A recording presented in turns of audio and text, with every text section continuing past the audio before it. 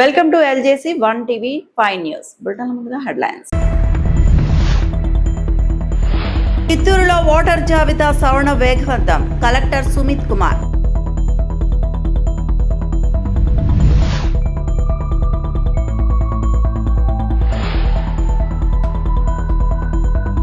Visakha board ప్రమాదం. బాధితుడిని పరామర్శించిన YCP నేతలు.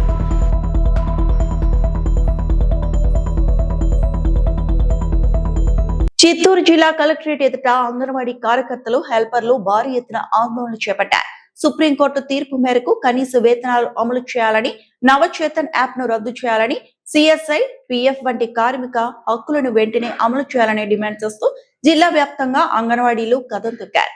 మరిన్ని వివరాలు మా ప్రతినిధి అందిస్తున్న కథనంలో. AP anganwadi workers and helpers union పిలుపు మేరకు శుక్రవారం చిత్తూరు జిల్లా కలెక్టరేట్ ఎదుట భారీ ధర్నా నిర్వహించారు. జిల్లా నలుమూలల నుంచి వందలాది మంది అంగన్వాడీ కార్యకర్తలు, హెల్పర్లు పెద్ద ఎత్తున తరలి వచ్చి ప్రభుత్వానికి వ్యతిరేకంగా నినాదాలు చేశారు. సుప్రీంకోర్టు తీర్పు ప్రకారం కనీస వేతనాలు అమలు చేయాలని, అంగన్వాడీలపై అదనపు భారం మోపుతున్న నవచేతన్ యాప్ ను వెంటనే రద్దు చేయాలని, ఈఎస్ఐ, పిఎఫ్, ఉద్యోగ భద్రతతో పాటు ఇతర సంక్షేమ పథకాలు అమలు చేయాలని డిమాండ్ చేశారు. ఈ సందర్భంగా anganwadi workers and helpers union జిల్లా అధ్యక్షురాలు లలిత, జిల్లా కార్యదర్శి షకీలా మాట్లాడుతూ ఎన్నికల సమయంలో ఇచ్చిన హామీలను ప్రభుత్వం 2 ఏళ్లు గడిచినా అమలు చేయకపోవడం బాధాకరమని విమర్శించారు. అంగన్వాడీల సమస్యలను ప్రభుత్వం వెంటనే పరిష్కరించాలని కోరారు. సిఐటియు జిల్లా ప్రధాన కార్యదర్శి గిరిధర్ గుప్తా మాట్లాడుతూ అంగన్వాడీలు చిన్నారులు, గర్భిణులు, బాలింతలకు సేవలందిస్తూ గ్రామీణ ఆరోగ్య వ్యవస్థలో కీలక పాత్ర పోషిస్తున్నప్పటికీ వారికి తగిన వేతనాలు, ఉద్యోగ భద్రత కల్పించడంలో ప్రభుత్వం నిర్లక్ష్యం చూపుతుందని ఆరోపించారు. అంగన్వాడీ కార్యకర్తల చేతుల్లో ప్లకార్డులు, జెండాలు పట్టుకొని ప్రభుత్వానికి వ్యతిరేకంగా నినాదాలు చేస్తూ కలెక్టరేట్ ప్రాంగణాన్ని హోరెత్తించారు. తమ డిమాండ్లు నెరవేరే వరకు ఉద్యమాన్ని మరింత ఉధృతం చేస్తామని హెచ్చరించారు. ఈ నిరసనలో అంగన్వాడీ యూనియన్ గౌరవ అధ్యక్షుడు వాడ గంగరాజు, సిఐటియు నాయకులు, వివిధ ప్రాజెక్టుల అంగన్వాడీ వర్కర్స్, హెల్పర్స్ యూనియన్ ప్రతినిధులు పెద్ద సంఖ్యలో పాల్గొన్నారు. ప్రభుత్వం అంగన్వాడీల సమస్యలపై ఎలా స్పందిస్తుందో వేచి చూడాల్సి ఉంది. డిమాండ్లు పరిష్కారం కాకపోతే రాష్ట్ర వ్యాప్తంగా ఉద్యమాన్ని మరింత విస్తరిస్తామని యూనియన్ నాయకులు స్పష్టం చేశారు.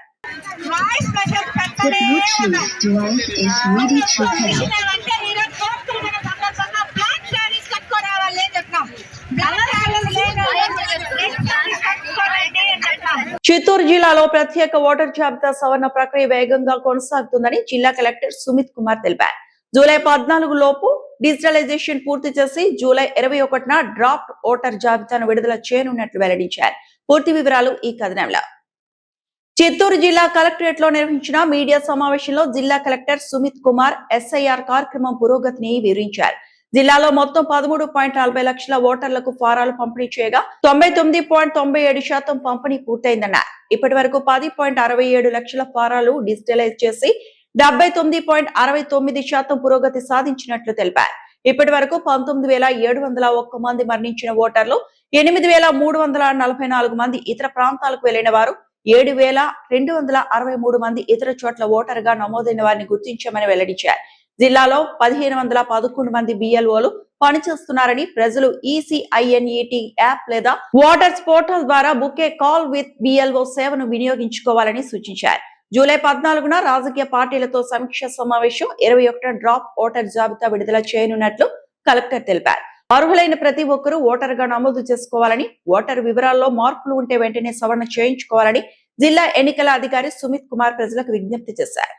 అందరికీ నమస్కారం. ఈరోజు ఎస్ఐఆర్ సంబంధించి ప్రెస్ కాన్ఫరెన్స్ పిలవడం జరిగింది. గత నెల 15 నుంచి ఎస్ఐఆర్ స్టార్ట్ అయింది.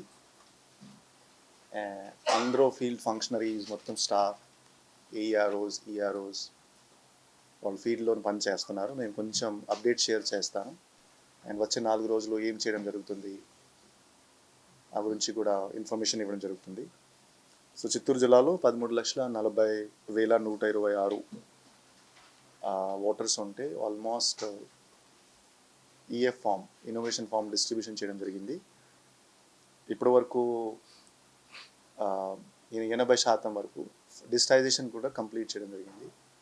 డిజిటైజేషన్ అంటే అక్కడికి వెళ్ళి వాళ్ళ సంతకం తీసుకొని ఆన్లైన్లో పెట్టడం జరిగింది.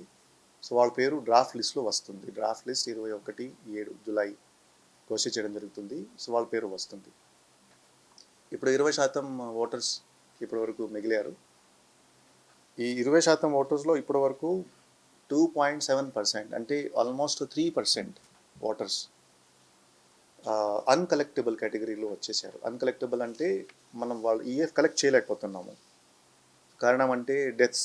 ఫర్ ఎగ్జాంపుల్ ఇప్పటి వరకు 20,000 మంది అంటే ఆల్రెడీ డెత్ ఓటర్స్ వాళ్ళ పేరు ఉన్నాయి, ఇప్పుడు తీయడం జరుగుతుంది. కొంతమంది ఆల్రెడీ ఎన్రోల్ అయిపోయారు వేరే చోట, తమిళనాడు కానీ ఆర్ మన రాష్ట్రంలోనే తిరుపతి కానీ, లైక్ దాట్, బెంగళూరు, వాళ్ళు ఆల్రెడీ ఎన్రోల్డ్ అయిపోయారు. వాళ్ళు చెప్పేశారు నా ఓట్ అక్కడే ఉంటుంది. సో అటువంటి ఇప్పటి వరకు 7,000 మంది ఉన్నారు. కొంతమంది పర్మనెంట్గా షిఫ్ట్ అయిపోయారు. పర్మనెంట్ షిఫ్ట్ అంటే నాకు అవసరం లేదు ఇక్కడ ఓట్, నేను వేరే చోట ఉంటాను, నేను చూసుకుంటాను, లైక్ దాట్. సో అలా చూస్తే ఇప్పటి వరకు 3% ఓటర్స్ అన్కలెక్టబుల్ కేటగిరీలో వచ్చారు. సో 80% డిస్టైజ్ అయ్యారు. 3% సో 83% వరకు ఇప్పటి వరకు మన దగ్గర లెక్క ఉంది. ఇంకా 17% సంబంధించి వచ్చే ఒక 4 రోజులు యాక్షన్ తీసుకోవడం జరుగుతుంది. ఈ 17%లో సుమారుగా ఇంకొక 7% మనం చేయగలుగుతాము, ఇంకొక 10% మనం చేయగలుగుతాము, ఇంకా 7% కూడా ఈ అన్కలెక్టబుల్ కేటగిరీలో వస్తాయి. సుమారుగా చిత్తూరు జిల్లాలో మాట్లాడితే 13,40,000 ఓటర్స్ ఉంటే 12,40,000 వరకు డిస్టైషన్ చేయడం జరుగుతుంది. సుమారుగా 1,00,000 వరకు ఓటర్స్ ఈ కలెక్టబుల్ కేటగిరీలో వస్తాయి. సో ఇప్పుడు రాను 2 రోజుల్లో ఈ డేటా ఇంకా క్లియర్గా ఉంటుంది. మళ్ళీ 15 మీతో ఈ ప్రెస్ కాన్ఫరెన్స్ మళ్ళీ ఒకసారి ప్రెస్ కాన్ఫరెన్స్ చేసి మళ్ళీ మీకు డీటెయిల్ ఇవ్వడం జరుగుతుంది. సో ఇప్పుడు మన ఫోకస్ ఈ 13% పైన ఉంది. ఫీల్డ్ లెవెల్లో ఇప్పుడు వర్క్ వేగంగా జరుగుతుంది. అండ్ మనం బిఎల్ఓస్ ద్వారా, తర్వాత పొలిటికల్ పార్టీస్ బిఎల్ఏస్ ద్వారా ప్రజలకి ఇన్ఫర్మేషన్ ఇస్తున్నాము. దట్ ఇప్పుడు 4 రోజులు మాత్రమే మన దగ్గర ఉన్నాయి. మీరు దయచేసి మీరు బిఎల్ఓస్తో కాంటాక్ట్లో అయ్యి మీరు రిజిస్ట్రేషన్, డిజిటైజేషన్, మ్యాపింగ్ చేయండి. ఇప్పుడు మీరు డిజిటైజేషన్ చేయలేకపోతే మీ ఓట్ డ్రాఫ్ట్ లిస్ట్లో రాదు, మళ్ళీ ఫామ్ 6 ఇవ్వాల్సింది. సో ఇది ఇప్పుడు కరెక్ట్ సమయం. ఈ 4 రోజులు ఇంకా మీ ఫామ్స్ సపోజ్ ఇప్పుడు డిజిటైజేషన్ పెండింగ్ ఉంది, మీరు డిజిటైజేషన్ కోసం మీ కన్సర్న్ మండల్ తహసీల్దార్, మండల్ ఏఆర్ కాంటాక్ట్ చేసుకోవచ్చు, బిఎల్ఓస్ కాంటాక్ట్ చేసుకోవచ్చు, మీ ఏరియాలో ఉన్న పొలిటికల్ పార్టీస్ వాళ్ళు బిఎల్ఏస్ కాంటాక్ట్ చేసుకోవచ్చు. So that me vote draft లిస్ట్లో వస్తుంది. సో సుమారుగా చిత్తూరు జిల్లాలో 10% మనం deleted category, already enrolled category, తిరుపతిలో కొంతమంది షిఫ్ట్ అయ్యే కేటగిరీ, బెంగళూరు, చెన్నై ఆ కేటగిరీ, డూప్లికేట్ ఓటర్స్ ఆల్సో సుమారుగా. విశాఖ గాజువాక జీవీఎంసీ 71వ వార్డ్ దుర్గగిరిపై కొలువై ఉన్న శ్రీ దుర్గాదేవి అమ్మవారి ఆలయంలో ఏకాదశి పర్వదినం సందర్భంగా అమ్మవారికి తెల్లవారుజామున విశేష పూజలు, అభిషేకాలు నిర్వహించారు. ఈ సందర్భంగా ఆలయ సందర్శనకు వచ్చిన శ్రీ కృష్ణదేవరాయ సంక్షేమ సంఘం సభ్యులు, బాపూజీ కాలనీ దుర్గాదేవి ఆలయ కమిటీ సభ్యులు, అశోక్ నగర్ కమిటీ సభ్యులను ఆలయ చైర్మన్ ఆకుల అప్పలసూరి సన్మానించి వారికి అమ్మవారి చిత్రపటంతో పాటు ప్రసాదాలను అందజేశారు. ఈ సందర్భంగా అప్పలసూరి మాట్లాడుతూ దుర్గగురిపై సుమారు 36 అడుగుల దుర్గాదేవి విగ్రహం రూపుదిద్దుకుంటుందని, ఆలయానికి భక్తులు చేరుకునే విధంగా 3 చోట్ల లిఫ్టులు ఏర్పాటు చేస్తామని తెలిపారు. అమ్మవారి సేవలో పాల్గొందా అనుకునేవారు నేరుగా కమిటీని సంప్రదించవచ్చని తెలిపారు. ఇక్కడ దుర్గగిరి మరో కైలాసగిరి మాదిరిగా అన్ని రకాల సౌకర్యాలతో రూపుదిద్దుకుంటుందని చెప్పారు. ఈ మహా ప్రాజెక్టు నిర్మాణం వెనుక అనేక మంది భక్తుల సహకారం ఉందని తెలిపారు. ఒకసారి అమ్మవారిని దర్శించుకుంటే సకల కోరికలు, బాధలు తీరుతాయని, అమ్మవారి సేవలో ప్రతి ఒక్కరూ పాల్గొనాలని పిలుపునిచ్చారు. గాజువాక ప్రాంతానికే ఒక ఆధ్యాత్మిక క్షేత్రంగా దుర్గగిరి అభివృద్ధి చెందుతుందని, ఈ క్షేత్రాన్ని సందర్శించేందుకు అనేక మంది భక్తులు తరలివస్తున్నట్లు తెలిపారు.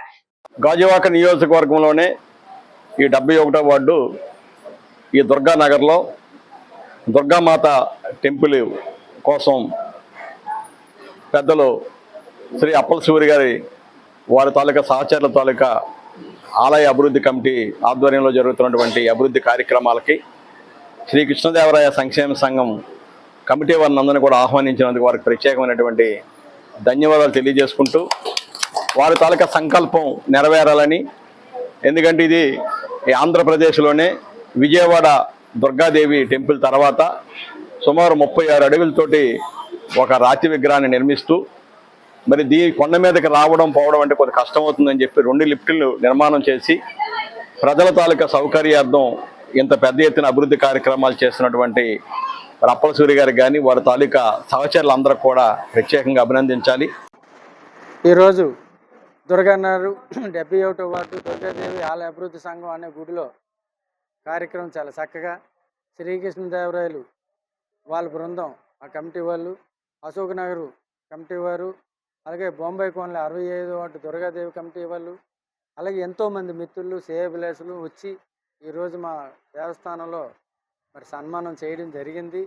ఎందుకంటే మహాతల్లి కష్టపడే వాళ్ళని ఆదరిస్తుంది, అభిమానిస్తుంది, గౌరవిస్తుంది, ప్రేమిస్తుంది, కళ్ళీళ్ళు తుడుస్తుంది. ఎన్నో ఎన్నో ఎన్నో ఉన్నాయి. ఒక తల్లికి ఎంత ప్రేమ అనేది పిల్లల మీద ఉంటుందో ఈ మహాశక్తి అయిన తల్లి భవిష్యత్తులో ఇది పుణ్యక్షేత్రం కావాలనే తపంతో కమిటీ వారు అందరూ కూడా కష్టపడి రాత్రపోవాలని పనిచేస్తున్నారు. అందుచేత ఇక్కడ 36 అడుగుల ఎకరం కూడా ఉంది. అలాగే ఒక కవిలేశగిరి అనేలాగా ఒక పెద్ద పార్కు చేయడం జరుగుతుంది. ఇంకా 3 లిఫ్ట్లు, 3 బ్రిడ్జీలు, ఓపెన్ గ్లాస్ లిఫ్ట్ కూడా పెట్టడం జరుగుతుంది. మరి భవిష్యత్తులో ప్రతి ఒక్కరి సహాయ సహకారాలు అందిస్తారని, మీ ఒక ఫ్యామిలీ నుండి కష్టసుఖాలుగా అనే కాకుండా అమ్మవారి డెవలప్మెంట్కి మీ ఒక సహాయ సహకారాలు అందిస్తారని గాజువాక ప్రజలందరికీ మరొక్కసారి చెప్పడం ఏంటంటే, చెయ్యండి. ఉపకారం ఎప్పుడూ గొప్పది. ఆదరించడం అనే మనిషికి ఎప్పుడూ నిండి కొండలాంటారు. కాబట్టి మీ సహాయ సహకారాలు అందిస్తారని మా గాజువాక ప్రజలందరికీ శిరస్సు ఉంచి నమస్కారం చేస్తూ సెలవు. జయ దుర్గా, జయ దుర్గా, జయ దుర్గా. విశాఖ గాజువాక్ లో మత్స్యకారుల సముద్రంలో బోటు తిరగబడడంతో 6 గల్లంతుపై వైసీపీ అధ్యక్షులు మాజీ ముఖ్యమంత్రి వైఎస్ జగన్మోహన్ తీవ్ర దిగ్భ్రాంతి చెందారని వైసీపీ జిల్లా అధ్యక్షులు కేకే రాజు, మాజీ ఎమ్మెల్యే వాసుపల్లి గణేష్ అన్నారు. ఈ మేరకు కిమ్స్ హాస్పిటల్లో చికిత్స పొందుతున్న కారీ చిన్నాను వైసీపీ నాయకులు పరామర్శించి మాజీ ముఖ్యమంత్రి వైఎస్ జగన్మోహన్ రెడ్డితో ఫోన్లో మాట్లాడించారు. ఈ సందర్భంగా వారు మాట్లాడుతూ బోటులో ఒకరు బ్రతకడం దైవానుగ్రహమని, పాలకులు, అధికారులు గల్లంతైన వారిని వెతకడంలో విఫలమయ్యారన్నారు. ప్రాణాలతో బయటపడిన కారీ చిన్నాకు గాని, బాధిత కుటుంబాలకు గాని ప్రభుత్వం సరైన న్యాయం చేయలేదన్నారు. మాజీ ముఖ్యమంత్రి వైఎస్ జగన్మోహన్ రెడ్డి కారీ చిన్నతో ఫోన్లో మాట్లాడి ధైర్యం చెప్పారని, 6 మత్స్యకార కుటుంబాలకు న్యాయం జరిగే వరకు పోరాడతామన్నారు. త్వరలోనే బాధిత కుటుంబాలను వైఎస్ జగన్మోహన్ రెడ్డి పరామర్శిస్తారన్నారు. ఈ కార్యక్రమంలో గాజువాక వైసీపీ ఇన్ఛార్జ్ తిప్పల దేవన్ రెడ్డి మరియు వైసీపీ నాయకులు, కార్యకర్తలు అధిక సంఖ్యలో పాల్గొన్నారు. తెల్లవారిన దాకా అని చెప్పేసి ఉన్నామన్నా. ఉంటే సరే 4 అవుతుందన్నా, 4 అవుతుంటే షిప్ కనిపిస్తుంది. అయితే షిప్ కాడికి ఎలాగైనా వెళ్ళాలని చెప్పేసి వెళ్దామని అంటే మా అన్నయ్య అన్నాడు, నేను రాలేనురా, చచ్చిపోతాను, నేను తెప్పలు గిప్పలు ఏమి వస్తే జాలాలు తెప్పలిపోతాను, నేనైతే రానంటా, చచ్చిపోతాను అన్నాడు. చచ్చిపోతానంటే ఇంకా 4 ఉన్నాము. అయితే ఈ మాట్లాడుతున్నావు ఏటనయా, నువ్వు చెప్పినోడు పెద్దోడు అంటే లేదురా, నేను చచ్చిపోతాను, నా కాళ్ళు తిరగబడిపోయి నన్ను ఎదలపోతాను అన్నాడు. సర్లే మేము షిప్ కాడికి వెళ్తాము, షిప్ కి మాకు 30 కిలోమీటర్లు ఉంటుంది అన్న. మీడియా మిత్రులందరికీ నమస్కారం. మనందరికీ కూడా తెలిసిందే, గత 6 రోజులుగా విశాఖపట్నం ఫిషింగ్ హార్బర్ నుంచి సముద్రంలోకి వేటకెళ్ళిన ఒక బోటు తిరగబడి అందులో 6 మత్స్యకారులు గల్లంతవటం, ఈ రోజు వరకు కూడా వారి ఆచూకీ తెలియకపోవటం, అందులో ఒక మత్స్యకారుడు అదృష్టవశాత్తు భగవంతుడి దయతో బతికి బట్టకట్టడం మనందరికీ కూడా తెలిసిందే. ఈ దుర్ఘటనకు సంబంధించి అత్యంత విషాదకరమైన ఈ సంఘటనకు సంబంధించి ఈరోజు ప్రభుత్వం కానీ, అధికారులు కానీ, అధికార యంత్రాంగం కానీ చాలా బాధ్యతారాహిత్యంగా, నిర్లక్ష్యంగా వ్యవహరించడంతో పాటు ఇప్పటి వరకు కూడా దానికి సంబంధించి 3 మెన్ కమిటీ అని వేశారు. ఎవరు కూడా దీనికి సంబంధించి ఇప్పటి వరకు కూడా పూర్తి సమాచారాన్ని ఆ కుటుంబ సభ్యులకి తెలిసిన పాపాను పోలేదు. గత వారం రోజులుగా ఫిషింగ్ హార్బర్ దగ్గర వారు పడిగాపులు కాస్తూ ఉంటే ఏదో మొక్కుబడిగా వచ్చి పలకరించడం, నిన్న కొల్లు రవీంద్ర మంత్రి గారు వచ్చి ఏదో అది కూడా వాళ్ళకి ఏదో అదిరించి బెదిరించినట్టు విధంగా అసలు ఎలాంటి లెక్క చేయకుండా వాళ్ళు కుటుంబ సభ్యులు చెప్పిన వాళ్ళ ఆవేదన కానీ, వాళ్ళ బాధను కానీ, వాళ్ళ కష్టాన్ని కానీ వివరంగా తెలుసుకోకుండా ఏదో జులుం ప్రదర్శించి ఈ ప్రభుత్వం 10 లక్షల రూపాయలు చెక్కు రూపంలో ఇస్తామని చెప్పడం వాళ్ళు తిరస్కరించినా సరే బలవంతంగా దాన్ని ఇచ్చి ఆ, వాళ్ళు అడ్డుకున్నా సరే వాళ్ళకి సమాధానం చెప్పకుండా వెళ్ళిపోవడం చూసాం. ఇలాంటి పరిస్థితుల్లో మాజీ ముఖ్యమంత్రి వర్యులు ప్రతిపక్ష నేత జగన్మోహన్ రెడ్డి గారు ఎప్పుడు కష్టం వచ్చినా తెలుసు. గత ప్రభుత్వంలో ఇలాంటి సంఘటనలు జరిగింది. ఇదే ఫిషింగ్ హార్బర్లో వైఎస్ఆర్ కాంగ్రెస్ పార్టీ ప్రభుత్వం అధికారంలో ఉన్నప్పుడు ఒక ఫైర్ యాక్సిడెంట్ జరిగితే ఇదే ఫిషింగ్ హార్బర్లో ప్రతి బోటుకి 35 నుంచి 37 లక్షల రూపాయలు జగన్మోహన్ రెడ్డి గారు తక్షణం ఇమీడియట్గా 24 అవర్స్ లోపు ఆ రోజు 7.5 నుంచి 8.5 క్రోర్స్ సుమారు ఆర్థిక సహాయం వారందరికీ కూడా అందించడం జరిగింది. కానీ ఈరోజు ఈ ప్రభుత్వం ఇంత దుర్ఘటన జరిగినా ఆ బాధితుడికి సంబంధించి కానీ, భవిష్యత్తులో వాళ్ళకి ఏం చేస్తామని కానీ, ఏదైతే బోటు ప్రమాదానికి సంబంధించి బోటు ఏం చేస్తామని కూడా ఇప్పటివరకు కూడా ప్రభుత్వం ఎక్కడ ప్రకటించిన పాపాను పోలేదు. జగన్మోహన్ రెడ్డి గారి ఆదేశాల మేరకు ఈరోజు వాసుపల్లి మాజీ శాసనసభ్యులు దక్షిణ నియోజకవర్గ సమన్వయత వాసుపల్లి గణేష్ కుమార్ గారు, విజయనగరం జిల్లా పరిషత్ చైర్మన్, విజయనగరం జిల్లా వైఎస్ఆర్ కాంగ్రెస్ పార్టీ అధ్యక్షులు చిన్నశ్రేణి గారిని, అదేవిధంగా మా సమన్వయకర్తలు దేవన్ రెడ్డి గారు, ముల్లప్పారావు గారు అందరినీ కలిసి ఈరోజు జగన్మోహన్ రెడ్డి గారు ఎవరైతే బతికి బట్టగడ్డ బాధితుడు చిన్న ఉన్నాడో చిన్న దగ్గరికి కిమ్స్ హాస్పిటల్ దగ్గరికి వెళ్ళమని జగన్మోహన్ రెడ్డి గారు ఆదేశించడం జరిగింది. చేతకాని ప్రభుత్వం ఏమో ఎక్కడ కూడా వార్ రూమ్ ఏర్పాటు చేసి ఎక్కడ ఏ ఫిషింగ్ బోట్స్ ఈ 1వ తారీఖు కానీ 2వ తారీఖు కానీ వెళ్ళి మళ్ళీ దరి చేరుతా ఉన్నాయి, అవి ట్రాకింగ్ చేద్దాము, వాటినేమో చక్కగా తోడుకొని వద్దాము అని చెప్పేసి సిస్టమేటిక్ అప్రోచ్ లేదన్నమాట. తర్వాత వాళ్ళకి నైట్ 9 o'clock 10 o'clock ఇన్ఫర్మేషన్ వస్తే ఒకటిన యుద్ధ ప్రాతిపదికన ఏంటంటే సర్చ్ ఆపరేషన్ చేయాలి. ఇండియన్ నేవీకి ఇన్ఫర్మేషన్ ఇస్తే they would have gone in the choppers. అలాగే ఇండియన్ కోస్ట్ గార్డ్కి చెప్తే they would have gone in 3-4 boats. Fishing హార్బర్లోనే తెలిసినట్లయితే కనీసం 5-6 మెకనైజ్డ్ బోట్లే వెళ్ళి వాళ్ళందరినీ రక్షించేస్తాయన్నమాట. అంటే ఇది shear carelessness of the government deaths అన్నమాట. ఇవన్నీ కూడా ఆరు చనిపోయినవి కూడా అంటే ఇంకా వీళ్ళు డిక్లేర్ చేయలేదు. బట్ వీ నో దాట్ నేను ఒక ఫిషర్ మ్యాన్గా నేను చెప్తా ఉన్నాను, ఇది డిక్లేర్ చేయకపోయినా ఇది డిక్లేర్డ్ అనుకోవచ్చు. అందుకని చెప్తాను ఏంటంటే ఏదో 10 లక్షలు ఇచ్చేసి చనిపోయారు కదా ఆయన 5 లక్షలు సీఎం రిలీఫ్ అన్నారు, 5 లక్షలు ఏమో ఫిషరీస్ డిపార్ట్మెంట్ ఇది అన్నారన్నమాట. అంటే జీవో ప్రకారం కదా. సో ఇది చెప్తాం ఏంటంటే మేము తక్షణమే మత్స్యకారుడికి ₹1 అనౌన్స్ చేయమని చెప్పి మేము ముందు నుంచి చెప్తాం అన్నమాట. పక్కనే మీరేమో మొన్న స్టీల్ ప్లాంట్లో 25 లక్షలు మీరు అనౌన్స్ చేశారు. జగన్ సార్ వచ్చిన తర్వాత ఏమో వీ విల్ గివ్ 1 crore మా గవర్నమెంట్ వస్తుందని చెప్పి అనౌన్స్ చేస్తాం కూడా. ఓకే, ఇదంతా మీరు వింటామన్నారు. అంటే మత్స్యకారుడికి లైఫ్కి వాల్యూ లేదా? Are we the children of lesser god? నేను అడుగుతాను చంద్రబాబు నాయుడిని, లోకేష్ని, Pawan Kalyan. Are we the children of lesser god? ఇంకొక ఎవరైనా కులాసులు చచ్చిపోతే ఒకలాగా, మేము చచ్చిపోతే ఒకలాగా, ఇంకొక డిపార్ట్మెంట్ వాళ్ళు చచ్చిపోతే, మా ఫిషరీస్ డిపార్ట్మెంట్ చచ్చిపోతే ఒకలాగా మీరు వ్యత్యాసం చూపిస్తారా? సో అందుకోసం చెప్పేసి నాకు I don't understand also fisheries minister ఒక అచ్చెన్నాయుడు గారు ఇంతవరకు రాలేదు. Fisheries minister, being a fisheries minister, పక్కన కొల్లు రవీంద్ర గారేమో అతన్ని పంపించి బురదంతా అతని మీద జల్లేలా చేశారన్నమాట. ఇది కూడా మత్స్యగాడి మీద బురద జల్లేలాగానే చేశారన్నమాట. సో ఏదైనా సరే కనీసం మా సార్ చెప్పారు కేకే రాజు గారు, కనీసం వాళ్ళు మొర వినలేదు. బుల్డోజ్ చేస్తా ఉన్నారు అక్కడ వాళ్ళ నేతలంతా కూడా వామపక్షాలు వచ్చే మాట్లాడడం కోసం చెప్పేసి మీరు మత్స్యకారులా అని చేసి పక్కకు తోస్తారన్నమాట. మరి మత్స్యకారులకి అక్కడ ఉండే కూడమి ప్రభుత్వంలో వాళ్ళు కూడా ఏం చేశారు అసలు? ఎందుకు ఎంత ఫెయిల్యూర్ అని చెప్పేసి నేనైతే అడుగుతాను అన్నమాట. ఈ నిర్లక్ష్య వైఖరి వదలండి అని చెప్పేసి నేను తెలియజేస్తా ఉన్నాను. జై జగన్. విశాఖ జిల్లా గాజువాక ఆర్టీసీ డిపోలో ఎలక్ట్రిక్ బస్సుల కోసం ఆధునిక ఛార్జింగ్ స్టేషన్ ఏర్పాటు చేస్తున్నారు. ఈ నిర్మాణ పనులను ఎమ్మెల్యే గణబాబు విద్యుత్ శాఖ అధికారులతో కలిసి పరిశీలించారు. పనులు నాణ్యతతో నిర్ణీత గడువులోగా పూర్తి చేయాలని అధికారులకు సూచించారు. రాష్ట్ర ప్రభుత్వం ప్రజా రవాణాలో విద్యుత్ బస్సుల వినియోగాన్ని విస్తృతం చేసేందుకు చర్యలు తీసుకుంటోందని ఎమ్మెల్యే తెలిపారు. ఎలక్ట్రిక్ బస్సుల రాకతో కాలుష్యం తగ్గడంతో పాటు పర్యావరణ పరిరక్షణకు దోహదపడుతుందని చెప్పారు. గాజువాక డిపోలో నిర్మిస్తున్న ఛార్జింగ్ స్టేషన్ పూర్తయితే ఎలక్ట్రిక్ బస్సుల నిర్వహణ మరింత సులభంగా మారుతుందని, ప్రజలకు మెరుగైన రవాణా సేవలు అందుబాటులోకి వస్తాయని ఎమ్మెల్యే గణబాబు పేర్కొన్నారు. ఇటు నుంచి భోగాపురం ఎయిర్పోర్ట్ కు వెళ్లేందుకు ఎలక్ట్రిక్ బస్సులను అందుబాటులోకి తేనున్నట్లు తెలిపారు. కార్యక్రమంలో పార్టీ అధికార ప్రతినిధి సిహెచ్ రామ్మోహన్ నాయుడు, ఎన్ఎంయు నేత పిల్ల శంకర్రావు, కోరాడ శ్రీనివాస్, జోగి, విద్యుత్ ఆర్టీసీ అధికారులు పాల్గొన్నారు. మన పారిశ్రామిక ప్రాంతంలో గాజువాక ఆర్టీసీ డిపోలో ఉన్నాం. ఇక్కడ ప్రత్యేకమైనటువంటి ఎలక్ట్రిక్ బస్సెస్కి ఒక ఛార్జింగ్ స్టేషన్ని మన పారిశ్రామిక ప్రాంతం నుంచి త్వరలో రాబోయే భోగాపురం ఎయిర్పోర్ట్కి 3 దారుల నుంచి వెళ్ళేటువంటి బస్సుల్ని, అటు బీచ్ రోడ్ కావచ్చు, హైవే కావచ్చు, కొత్తగా వేసినటువంటి నేషనల్ హైవే పెందుర్తి మీదుగా, ఇలా మనం ఏదైతే ఆల్టర్నేట్ రోడ్స్ని డెవలప్ చేస్తూ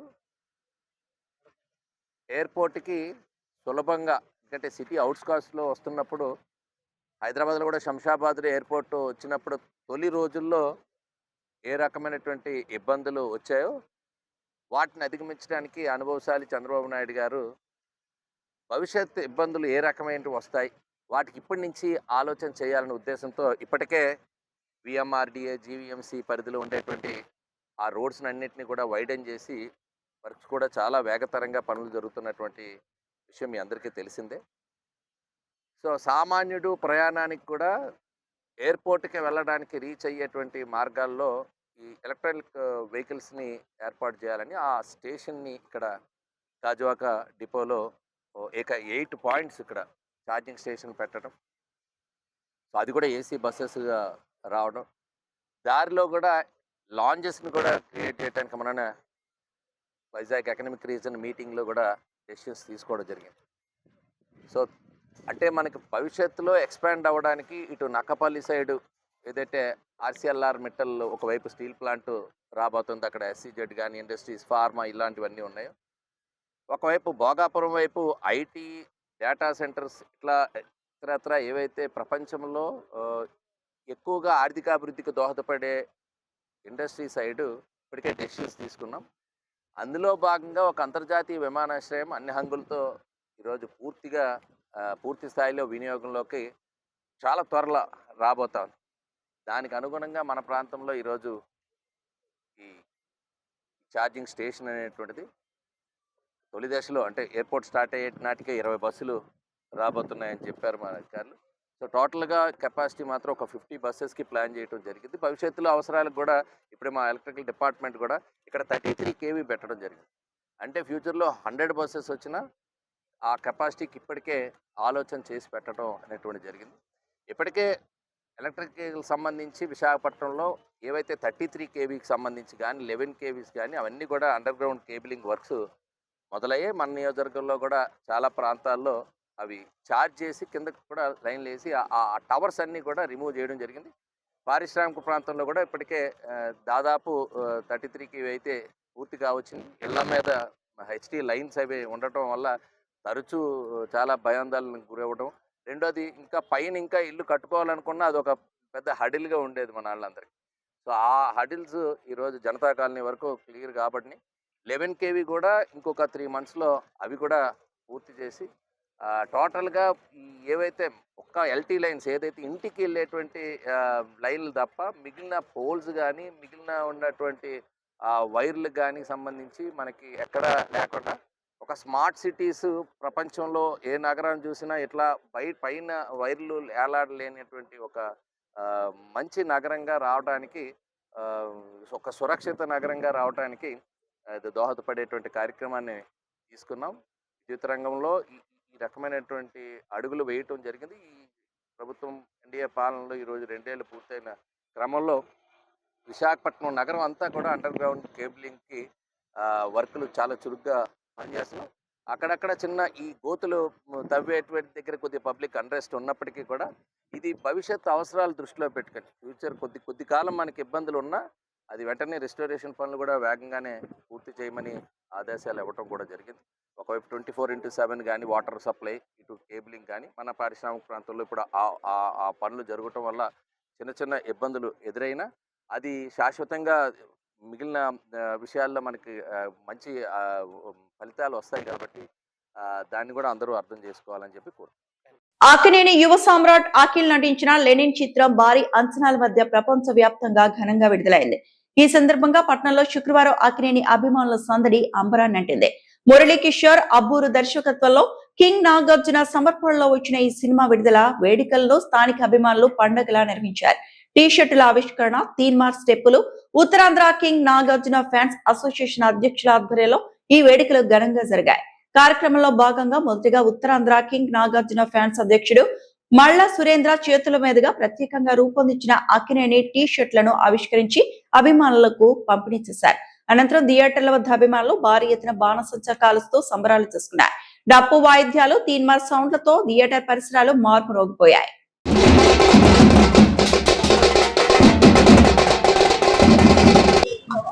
ఈ రోజు అనకాపల్లి పట్టణంలో వెంకటేశ్వర థియేటర్ వద్ద మరి అక్కినేని నాగేశ్వరరావు గారి మనవడు, నాగార్జున గారి వారసులు, నాగ చైతన్య గారి తమ్ముడు, మనందరి ముద్దుల మనవడు మరి అఖిల్ లెనిన్ చిత్రం రిలీజ్ సందర్భంగా ప్రపంచవ్యాప్తంగా రిలీజ్ అయింది.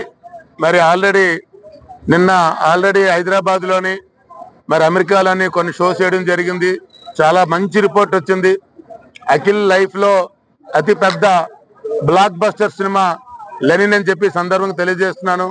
మరి ముఖ్యంగా అఖిల్ అంటే మన అందరికీ తెలుసు, శిశింద్రి సినిమాలో చిన్న వయసులోనే మరి కోట్లాది మంది ప్రజల్ని ఆ రోజు మరి నాగార్జునకి ఆమెనితో కలిపి శిశింద్రి సినిమాతోని కోట్లాది ప్రజల్లో వేళ చిరస్థాయిగా అఖిల్ని గుర్తుండిపోతాడు. అటువంటి అఖిల్ అంటే చిన్నప్పుడు నెలల్లో ఉన్నప్పుడే మరి సినిమా తెరలో నటించిన అతి తక్కువ మందిలో అఖిల్ అని చెప్పి సందర్భంగా నేను గుర్తు చేస్తున్నాను. మరి ఈ రోజు లెనిన్ చిత్రం చాలా బ్యూటిఫుల్ సినిమా, చాలా బ్లాక్ బస్టర్ హిట్ అయింది. అందుకు ఇప్పుడు మన సినిమా చూస్తున్నాం. ఎందుకంటే ఓవర్సీస్ లో నేను అనేక దేశాల్లో, ప్రపంచ దేశాల్లో అనేక దేశాల్లో మన సినిమా రిలీజ్ అయ్యింది. మరి ముఖ్యంగా కొన్ని షోలు కూడా ప్రీమియం షోస్ చేయడం జరిగింది.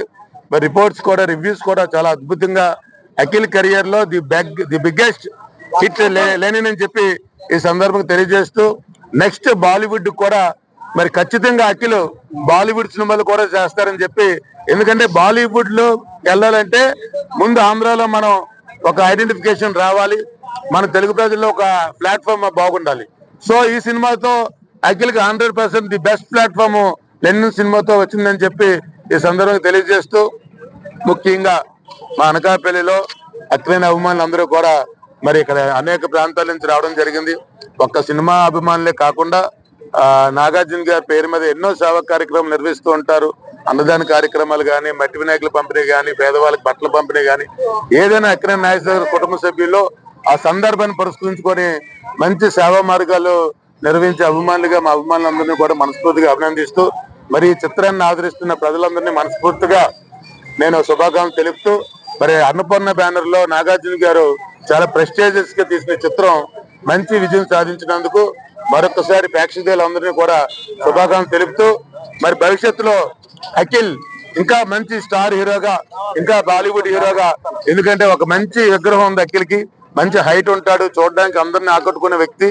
అటువంటి మంచి ఫిగర్ ఉన్న అఖిల్ ఇంకా ముందు రోజుల్లో బాగా రాణించాలని, మంచి సినిమాలు చేయాలని, ప్రజల ఆశీస్సులు ఎప్పుడూ కూడా అక్కినేని ఫ్యామిలీకి ఉండాలని ఈ రోజు మరి అక్కినేని నాగేశ్వరరావు గారు మరి ఆయన చేసిన సినిమాలు ఎన్నో, కొన్ని వందల వేల సినిమాలు ఈ రోజుకి కూడా మన టీవీల్లోని వారి నాగేశ్వరరావు గారి పాటలు కానీ, సినిమాలు కానీ చూసి మనం ఆనందం పొందుతాం. మరి ఆయన నాగేశ్వరరావు గారి వారసుడిగా అక్కినేని నాగార్జున గారు ఈవేళ ఎన్నో సినిమాలు చేస్తున్నారు. మరి వారి వారసులుగా నాగ చైతన్య గారు ఎన్నో సినిమాలు చేశారు, సుశాంత్ బాబు ఎన్నో సినిమాలు చేశారు, సుమంత్ ఎన్నో సినిమాలు చేశాడు. ఇప్పుడు అఖిల్ కూడా ఒక మంచి ప్లాట్ఫామ్ దొరికినందుకు ఈ పండుగ వాతావరణంలో మా అనకాపల్లిలో కోలాహలమైన వాతావరణంతో మరి మేము అందరం కూడా టీ షర్ట్ లైట్ కానీ, మరి బాణసంచా కానీ, ఫైర్ బ్యాలెన్స్ కానీ అన్ని కూడా చక్కగా మేము ఈ సినిమాని ఎంజాయ్ చేస్తామని చెప్పి ఈ సందర్భంగా తెలియజేస్తున్నాం. ఈ వార్తలందరితో సమాప్తం.